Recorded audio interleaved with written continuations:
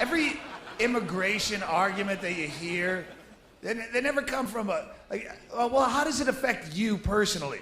Well, you know, these immigrants, they come to our country, they burden our tax system. What they do is they come here and they get into our education system and our health care, and I gotta pay the taxes. My taxes have to pay that. Well, what the fuck are you doing to me? Every time you have a kid, because it's American, I should pull up a chaise lounge and wave a flag while 15 of those things come out of you?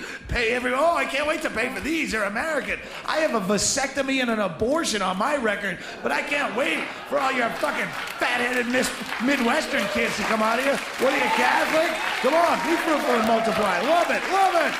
I'll get a second job. No, well, these immigrants, they don't speak the language. Then don't talk to them. Well, I solved your problem. That was quick. You know who speaks the language perfectly? Your next door neighbor. You've lived there 8.5 years. You've never said one fucking word to that guy. You avert eye contact should you check the mail at the same time. So why would you give a shit what the guy selling gnip-gnops in a cart in the park speaks? It's none of your fucking business. And all the cliched arguments like that, well, they're lazy, they're shiftless, and they're criminals and all this, all those arguments go against the main cliched argument of they're taking American jobs. I live on the Mexican border. I live 7 miles off the Mexican border in a town, Bisbee, Arizona, a little town. I can go out any day and watch Border Patrol arresting these guys by the dozen, 11 at a time out of a Dodge Omni, like a clown car with plastic cuffs. And you're right, they don't speak the language and they probably have no education. They don't have fucking shoes half the time. They're like barefoot and tattered castaway like Gilligan's Island shorts and a fucking dirty t-shirt and a dehydrated and wander in the desert for 4 days. And if that guy is as qualified for your job as you are, you're a fucking loser of such epic, humiliating proportions.